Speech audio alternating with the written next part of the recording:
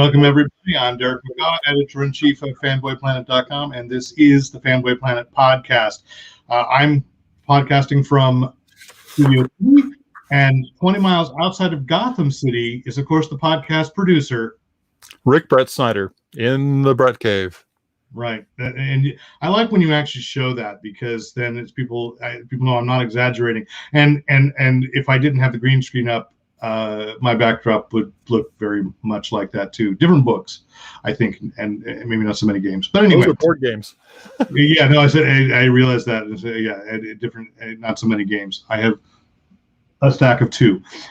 So anyway, there we are. It's been a while. Welcome to episode 587, and we've got. So we want to talk. It's a week where we've got a topic that actually mushes all of our different interests together. I think comics, if movies are even a thing anymore. I don't even want to. I can't even say that. Well, but I mean, they're still all on television, so I'd say it's television at this moment. Yeah, they are still considered movies, but yes. Anyway, so before we do, of course, I do want to say that if you've got any questions, comments, commentary, criticism, you can write in to editor@fanboyplanet.com. You can also join the conversation by following us on Facebook, Twitter, and or Instagram @fanboyplanet. And of course, if we are going to be talking about books in this podcast, therefore, I would say that if there are any things that we talk about and you cannot find it at your local brick and mortar store, I think it's less and less occasion where people can't go to their local comic shop. I think more and more are opening back up. Thank heavens we're there. Woohoo! And but if you can't find it there, and we are, of course, affiliated with Amazon and with bookshop.org. And so if there's a direct link to bookshop.org, that helps benefit your local bookstore. You can claim that, or at least they go to regionally from where you are. Or Amazon, of course, may generate. I like a couple of the sites refer to this as a bounty for us. So I like that. It makes me feel like I have hand-eye coordination and skills that I don't actually have in real life. So we are going to do a pick of the week. I think we both read a comic or two in the past week or 3. Yeah. You read all the time. I'm nobody's role model. That is the new subtitle for you. You're not a producer. It's nobody's role model, Rick Brett Snyder. And we welcome long-time listener, not first-time poster, Brian Kent is watching. So hello, Brian. We do want to talk about this week, of course, Jupiter's Legacy. There was a trailer that dropped. People got excited. It actually looked pretty good.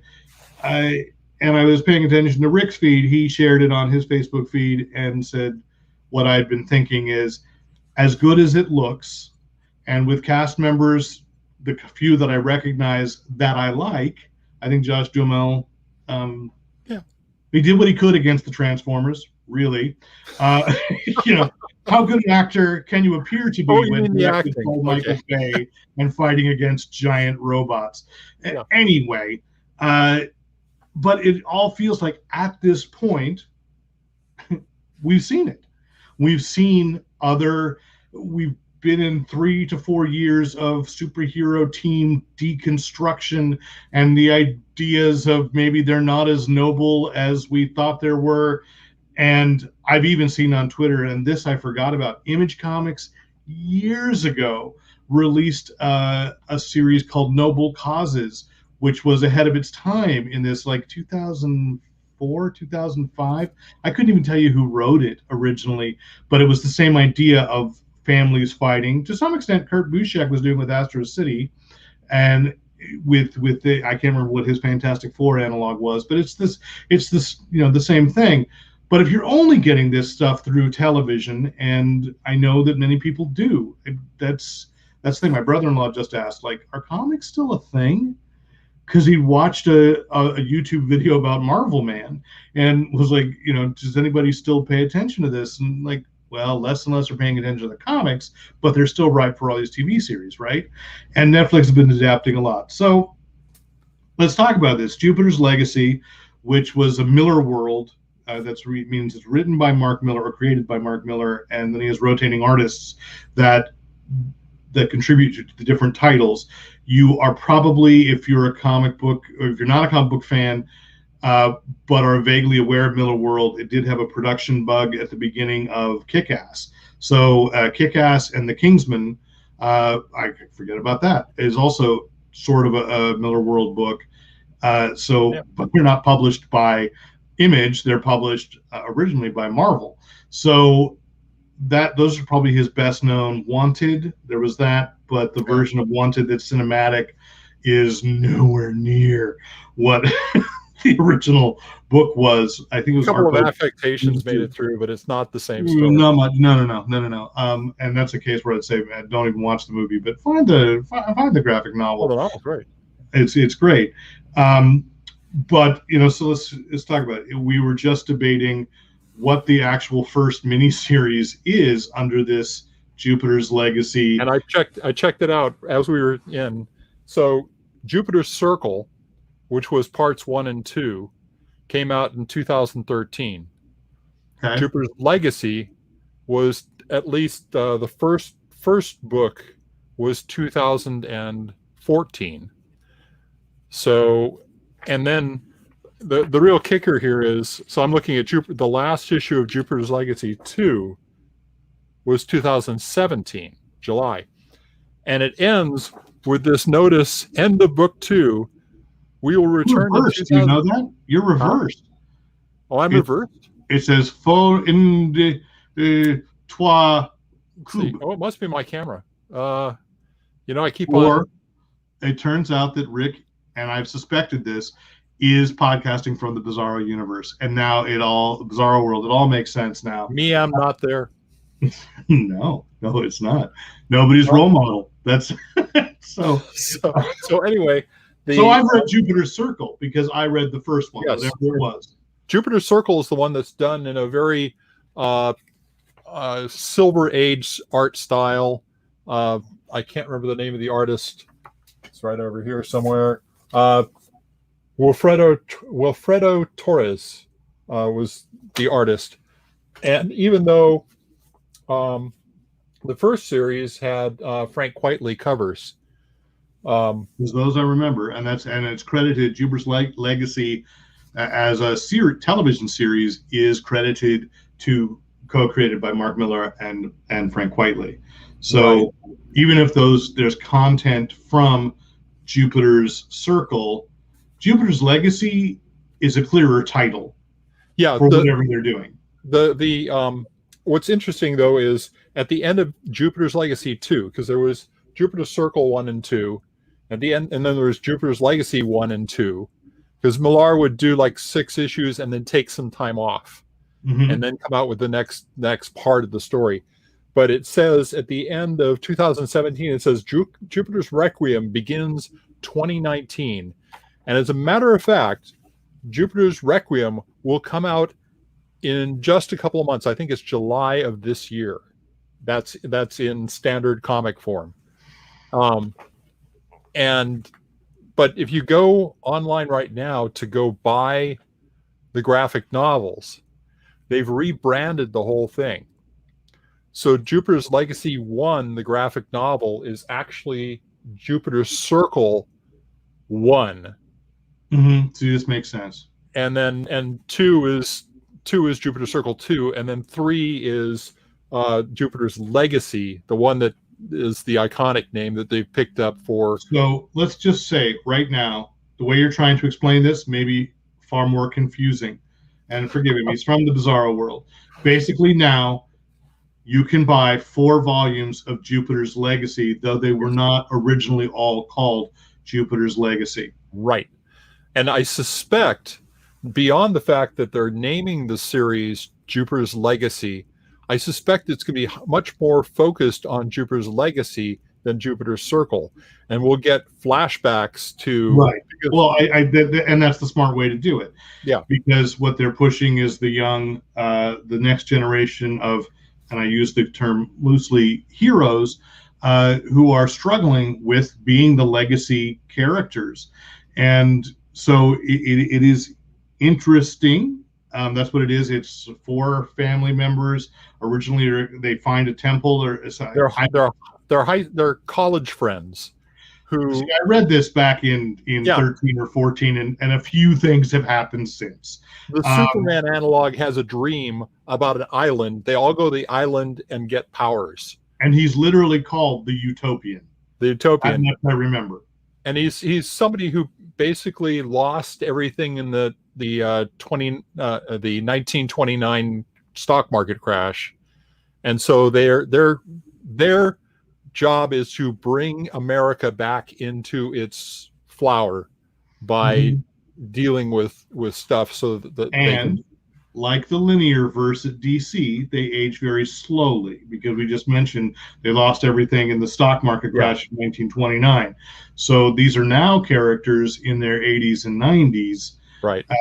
quite literally, but still played by Josh Duhamel with white hair, and Leslie Bibb with white hair, and but they still look like they're in their late 30s, early 40s. And So it's interesting because the Millarverse is now grounded in the real world too, because in the first Jupiter's Legacy series, they start talking about politics and what Obama should be doing. well, yeah, okay. So I mean, I'm sure they've updated that just as like the other things we'll say. Yeah, Um, that this deconstruction, this sense of things are difficult and are people heroes fascistic, we have already seen. Just like last year, Netflix put the October faction with up against Lock and Key. Neither series of which, unfortunately, I realized I never finished Lock and Key, and I need to. But the reason I didn't was just because the pandemic hit. I was watching with my son, and we have not been together since. So I know he's moved on, but I never went back. But in the past 2 years now, we've seen The Boys, which, though created by other people, Garth Ennis and Derek Robertson, is covering similar territory about what if superheroes aren't the shiny stars that we think they are, and and then of course right now on Amazon Prime, Invincible, yeah.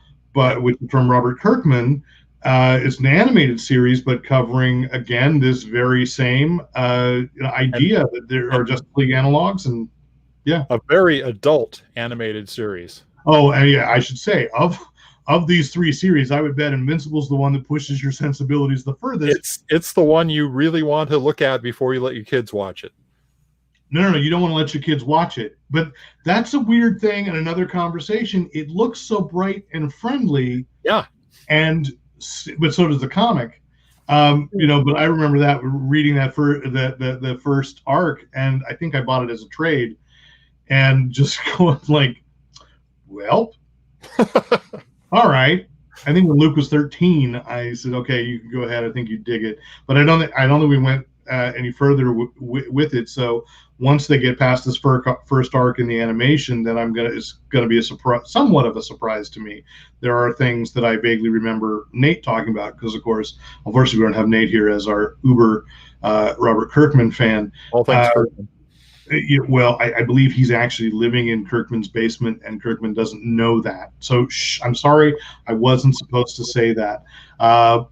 But I can say I saw Nate on Easter. It was delightful, and he's got this wonderful long braid coming from his chin. But I still felt it was wrong to tug it. But he promises I get to before he shows. Anyway, I would say even to some extent, Zack Snyder's Justice League is also deconstructing this concept. And I think that, a series that was doing it, but with a sense of fun that at least still says that heroes can be good, was The Tick. And I am absolutely 100% convinced that the reason The Tick didn't get a third season was because they had The Boys lined up, and Amazon felt that they couldn't have two shows poking fun at superheroes at the same time. No, I mean, I think it's tragic because I think it took a while for that series, that version of The Tick, for me to warm up to it. Because I think it's funny that every time Ben Edlund goes back to The Tick, it gets darker and darker and darker because he gets older and perhaps more cynical. That the animated series was just goofy fun, almost like Batman 66, and then Yeah, it's a little darker when you get Patrick Warburton, and then this time around it was like, oh, I don't even, is there anyone sane in this series?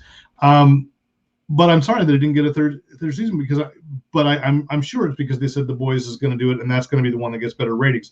Which I do also think that The Boys probably has gotten Amazon Prime a lot more attention than The Tick did. Yeah. So I don't think I don't think the casual viewer knew what to make of The Tick. Oh no, absolutely not. The Boys is pretty much, it's right there in front of you. Yeah, but it's another one updated. You say, it was very much of its time as a comic book series, and now the television series, I think, does a brilliant job of commenting on what has happened in the world since. It's things have shifted, and it's very much the TV series is of the moment as much as the comics were of the moment. Good Lord, was that a decade ago? I think it more than was. Yeah. So to Jupiter's Legacy, it's been an interesting marketing campaign because you talk about this, like The Boys. I don't know how they got into people's heads, except but like with Invincible, you've got Seth Rogen and Evan Goldberg producing. So I know that there are people out there that are following Seth Rogen that I'm not getting. I don't follow him on Twitter or anything, but those names bring people to those series. But Jupiter's Legacy, I don't think that Mark Miller, like I said, if you know Kick-Ass and Kick-Ass 2, and what did I just say? The other one, oh, Kingsman, both interesting series and interesting movies. But I don't think Mark Miller has become like the household name that they were counting on. I mean, it's Miller World. This guy does not come at promotion humbly. So let's talk about it. The first trailer I saw was one that showed Frank Whiteley's art, like, being filled in and then showing the actors. But I don't think that really gave people a clue as to what this series was. Yeah, and it's tough in a 2-minute trailer to get a real sense of something that's not going to be, a lot of fast motion and explosions all the time. There's going to be some quiet moments and plot development in there too, and that's where story gets told. I don't know that. I had just the previous night I'd watched 3 episodes in a row of Invincible, and the idea that we are looking at a renaissance or a movement of telling the real story behind superheroes, or how they'd act in our world, and what would be the real ramifications of politicians and business dealing with them. And then, Jupiter's Legacy is a little more about family and problems within family, and what doesn't. You got a little bit of the Kardashians in there, and you do. Oh, I just threw up in my mouth. Thanks. But it reminded me a lot of like when Dark Knight came out, and everything got kind of grim and gritty. And this, I'm not equating this as an extension of that. That was more like our heroes became brutal at that point in time. Yeah, and to that, to move the conversation forward a little bit, I enjoy it, but I'm kind of tired of it already. What the superheroes, they'd be just like us, but I'm tired of seeing that they'd be just like the worst of us. Well, yeah, we've seen that. That's been the real world. So it's one reason in comics, as much as I've liked Dark Knight's Metal, the main thing, there's the Tales of the Multiverse that DC does with, like, what if this terrible storyline, things went even more terribly for them, and we will collect this and charge you $7.99 per individual issue. I bought one and I read it and went, oh, great. So you're going to tell me that it could have been even worse. Great. You bought one more than I have. Yeah. Well, I checked a collection out of the library because I thought, well, maybe I'm wrong. Oh. And no, I was not. But they got a little bit of my money. But I enjoyed, like say the Dark Knight's Metal and all that. But Miller himself, I get it. It takes a while to develop these series, especially when you consider that, especially for live action, a lot of things got kind of put on hold because of COVID. But we were talking about, I think there are more optimistic series that I'd rather see from the Miller World development, Oh yeah, which is, we've brought up Huck, we brought it up on the podcast, which was a series that, because I knew other Miller stuff, I was reading that every issue, as you've reminded me a couple times, like, I'm waiting for you to twist the dagger in my heart, Mark Miller, and right. you didn't. When is it going to happen? And it didn't. And I'd want to see Huck, because that is about what if the best of us actually had powers, which, by the way, let's say, why Warner Brothers keeps messing up with Superman is they don't understand that it's not the story of a god coming to Earth. It's the story of the best of us having superpowers.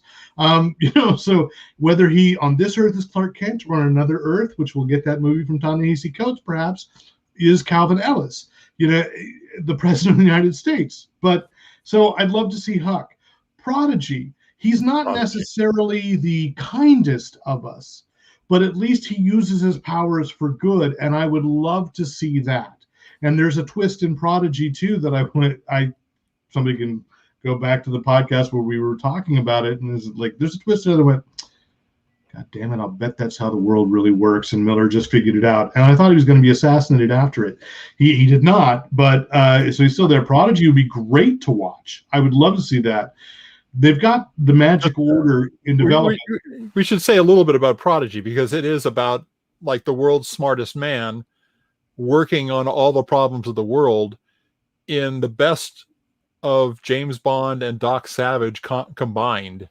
And there are elements of it that I think Miller borrowed, and this is the other problem, criticism I hear from people about any of these kinds of projects, and it's not just Miller. It's like, well, I saw so and so do this, and this is straight out of this. Where the mental thing that, like, Sherlock did in the Dream Palace, yeah, that there's something about that, the Mind Palace. It is, yeah. That there's an element of that in Prodigy as well, though Miller's got his twist on it. Again, and that's it. He's doing all these things. It's a constantly exciting every issue. Although if you're buying it as a trade paperback, every chapter has some really great cliffhanger. You're coming in the middle, which is like a Bond film, and then these flashbacks that explain how kind of twisted and horrible it is to be the smartest man in the world when you're 5 years old. And it's but fighting against not an alien invasion, but an alternate universe invasion, and still doing it in 6 issues. And that was one. I was during a time where I was saying, like, no, I'm not going to pick up any series for a while. I got to cut back. And I picked up Prodigy #1 and was like, okay, no, I got to buy this on a monthly. I can't wait to know. And I did read it on. For me right now, any series that I'm able to keep up with on a month-to-month basis and not like stacking, going, oh yeah, that's where that stack is, and then reading it all, that speaks to its quality. And the same thing was with Huck and the Magic Order. No, that one I read as a trade paperback, and that was the first of his books to come out as a Netflix comic, even though it was from Image. I think Image is still publishing them all, but Netflix owns the intellectual property rights to Miller World. I missed that one. I didn't read that one. The Magic Order is it's strangely like Jupiter's Legacy, only with magic. There's this family, or this organization of magicians, many of whom work as stage magicians. It's basically this take on Zatanna and Zatara, really, but that someone's murdering the order. And there's one son who's kind of been the ne'er-do-well and left the family, and they're trying to bring him back in because it's the time to gather the family around and figure out who's murdering everybody. So it's really good. Yes, it feels a little derivative, but I would say, the thing with Miller is that he, even at his best, it's like he's taking an idea that you've probably already thought, and he's just putting a spin on it, but there's nothing new under the sun. It's all about how people tell the story. And, with the exception, even Huck, I would say, is, it's almost like, what if Clark Kent had never left Smallville? And, which was the Secret Society of Superheroes. I think Howard Chaykin wrote a take on that, like as an Elseworlds years before. So yeah, I thought it was even more charming. It was what if everyone in Smallville knew Clark and Kent was protected him Superman as well. and protected him? Yeah, Which sometimes people have tried. I mean, there's awkwardly that implication in Man of Steel and Batman v Superman, but poorly developed. That everybody figured that out and protected it, but that wasn't the story Zack Snyder wanted to tell. And as talented, I will just say that, as talented a man as he is, because he does things I cannot do. It wasn't. I am not interested in the stories that Zack Snyder wants to tell. I'll watch him because I watch everything. I have a problem. I know that. I have a problem. You're going to watch it in black and white, aren't you? No, because you know what I don't have? 4 hours to spend. Now, if I doing that, if and when everything is lifted and my wife has to travel back overseas for work, no, it's just not going to happen. I will watch. I will go through HBO Max's Godzilla movies because I have a woeful blank spot with the kaiju films. I was just explaining that to a coworker, like, oh God, now I really need to watch The Terror of Mecha Godzilla. But do I make Stephanie watch that knowing that it's not to her taste? No, I don't, because I'm a loving husband, especially after 2 weeks of Cinequest evenings of like, I'm going to watch this movie. You go away. So anyway, let's get to pick of the week. An interesting conversation. Look forward to whatever Jupiter's Legacy is, and watch Invincible, and when The Boys comes back, and who knows what else is going to be out there. So let's go pick of the week. Rick, what comic? I actually have a pick of this week, so I'm very excited that I'm. I actually have. I took two because fine. I'll do that. You do that too, but mine are easy because they're books. I've both of them. They've been my pick of the week before, and it's just every time I read these books, I get more drawn into them. And the first one in your backward screen is James Bond, Agent of Spectre. That was your pick the last time we I know. This is just the second issue, and man, it's just so good. It's not necessarily the Bond I'm used to. It's certainly not the Blofeld I'm used to. It's not the MI6 that I'm used. MI5, MI6, MI6, MI6. Okay. No, you're like 6D, but MI6 is the organization. Okay.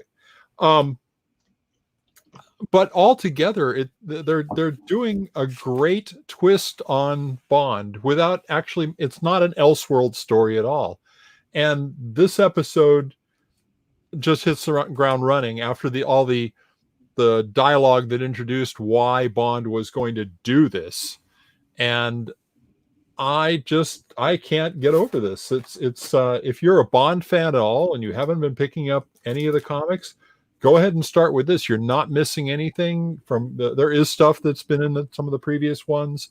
There are characters you're going to recognize as a Bond fan that kind of come unexpectedly on a cliffhanger.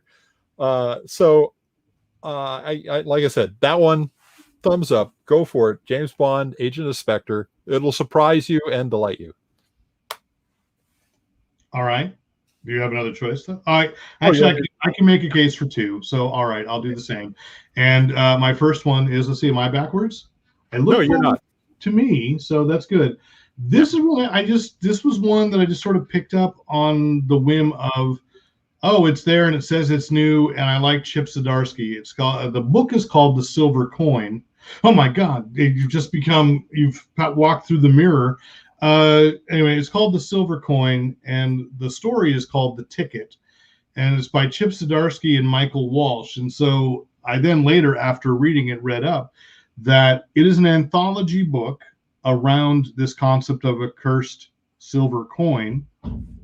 But the flip of it is that the artist stays the same. The writer is different each issue. Okay. So Jeff Lemire's got an upcoming story, and the way it's structured, it does seem like Zdarsky has in his head things that the silver coin could have happened with it before. Certainly could set, I would guess one of the rules is you have to show how the silver coin would be passed on to the next person as it goes through. And it's the like those coin is YouTube also videos. like, what? It's like the YouTube videos where people hand things to the next Yeah, frame. yeah. So, but the art stays the same, so you don't have that. The visuals, they are consistent. The coin itself is very odd. Like nobody seems to have commented that it's this little. It does seem to be a golden coin with an eye, a single eye in the middle of it, with lids, and they're open and closed at different positions. I'm like, nobody's noticing that this thing is like the Eye of the Beholder from Dungeons and Dragons, or from Big Trouble in Little China. That thing that they right the Beholder. But it was a really of course that's why I picked it up, because it was Chip Zdarsky, and it's just like it was a great little story. And then I was happy that's like, oh, it's an anthology. Okay, if I miss an issue, I don't know that I'll be feeling terrible about it. But it was I'll be picking up issue number 2. I'm going to put it on the list because I want to see where this goes. And if it's an anthology, that's even better. Like if I can read it out of order, I'll feel so much better, because that's how the bags get stacked. Is this week's bag? I don't know. So anyway, all right. What's your next one in the bag? Okay, so this was a tough one because there were 2 other martial arts books that I pushed aside, said, no, I love you guys, but this one is still the one that's drawing me in. And after 10 issues, if you're not reading Firepower, yeah, this is Kirkman at his best. I looked at it and I said, has it been 10 issues already? Because the story's moved so fast. But then you think about the story, and it starts off in the martial training area where the young American has it's so cliche for comics martial arts. The young American. By the way, it feels like Nate is here because we're just talking about Robert Kirkman every third sentence. So. But and then it moved him forward in time to suburbia with his family, who have all they're all done martial arts because he's kind of like said, you're going to do this, and his wife, who's a detective.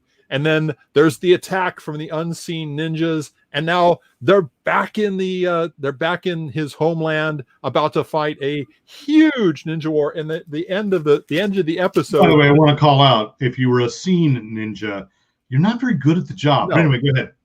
But Kirkman, the voice of Kirkman in the letters pages says, well, we're adding a couple of pages to the next issue, and then the issue that is double size, just because we can't get all this story into one issue. And I'm like, I love his voice. I love the way he explains how his comics work, and it's just like, it makes me a child again reading these stories. He's an excellent writer who still comes at it somehow as if he is a huge fan. And which is to say, he probably is. I don't mean to cast aspersions on him. I think that's what's amazing, is that he can be so deep.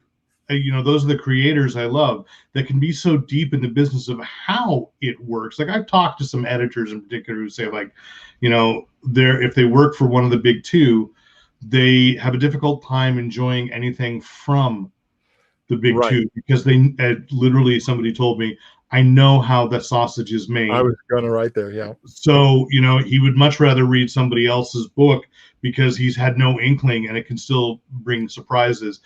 And that Kirkman can do that and understand, hey, we want surprises too, and we want quality. That's amazing. So I'm going to share then my next book, my second is, because this is kind of historic. And this is a creator a writer who is in the news this week for reasons he doesn't want to be ever, but in the geek news, and that is Geoff Johns. This is the first work of Geoff Johns outside of DC or Marvel. People forget that he wrote for Marvel a while back. It didn't take it, and I guess who knows how history would have gone if he had more of an affinity for Fantastic Four or the Avengers. or that fans had a more of an affinity for the way he did it. But so Geiger is, I'm pointing this book out. It's published by Image Comics. It's from his own imprint, Mad Ghost Productions. We've seen some Mad Ghost products, even if you didn't realize you did. It was the Three Jokers, supposedly, was Mad Ghost. I don't think the branding was there anywhere, because it couldn't be, because it was DC Black Label. Too many brands, and probably, and I'd say like the last half of Shazam was officially under the Mad Ghost era for Jeff Johns. And yes, because we were talking about Justice League. Yeah, he's getting attacked like crazy in the media for his work on Zack Snyder's Justice League. But Geiger, I'm a little torn, because it's very quality. It's Gary Frank is the artist, and I love Gary Frank, and he did Doomsday Clock with Jeff Johns, and has done many other fantastic books. But that's kind of the most recent high profile thing. And this, I would have to actually ask my son about the plot, because I've never played Fallout. But what this sort of started feeling, the opening of the book felt like Fallout. It's post-apocalyptic. Something bad happened. They're in Las Vegas, and everybody, they're foraging, and they all have to wear anti-radiation suits. But there's this myth of the man who doesn't, and who can walk around without a suit. Wow. And so it's just, it looks beautiful. It just feels somehow familiar. So I have a qualified, give it a read, because I suspect that it will turn into something that is one of Jeff Johns' better works. And I think that when Jeff Johns is another writer, that when he's firing on all cylinders, it's really good. Like I love his original Flash run. I love his Green Lantern. I could have done without Blackest Night, but as far as an overall shape and as an epic arc, it was great. I'm not so hot on the Three Jokers. I'm not so hot on Doomsday Clock, but I bought them, I read them, I had fun. I mean, but so Geiger, I'm not sure if it's in my, oh, Jeff, or is it, ooh, yes, you got to read it, so, but people be aware of it.